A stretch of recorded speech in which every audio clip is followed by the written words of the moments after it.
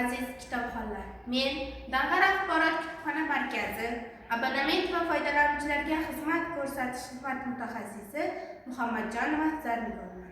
Men bugun sizlar uchun milliy uyg'onish davri asoschilari bo'lgan jadidlarimiz haqida so'zlab bermoqchiman.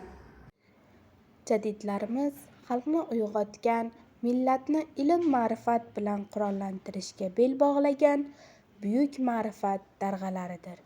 Mahmudxo'ja Behbudiy, Munavvar qori Abdurashidxonov, Abdulla Avloniy, Fitrat kabi buyuk jadid bobolarimiz millatimizning kelajagi bilim va madaniyatda degan g'oyani ilgari surib, ma'rifatni eng kuchli qurol deb bilganlar. Jadidlarimizning merosi bugun ham qadrli.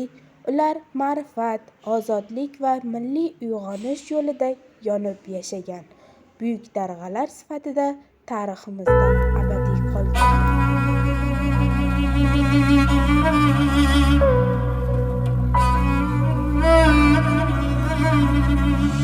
Bu vatanni onamdan kam sevsam uyat bo'ladi. Bu vatanni bolamdan kam sevsam uyat bo'ladi. Qancha dunyo kezdim ko'nglim yorishmadi baribir. Mening yarim ko'nglim faqat shu vatanda to'ladi. O'zbeklarning bu dunyoga aytar gapi ko'p hali. Jadidlarning yoqqan chirog'i o'chgani yo'q hali. O'zbekiston har bir qarich yeringni qani men ham sevib olsaydim o'sha mening jadidlarim singari. Yo'lbon ekkan holda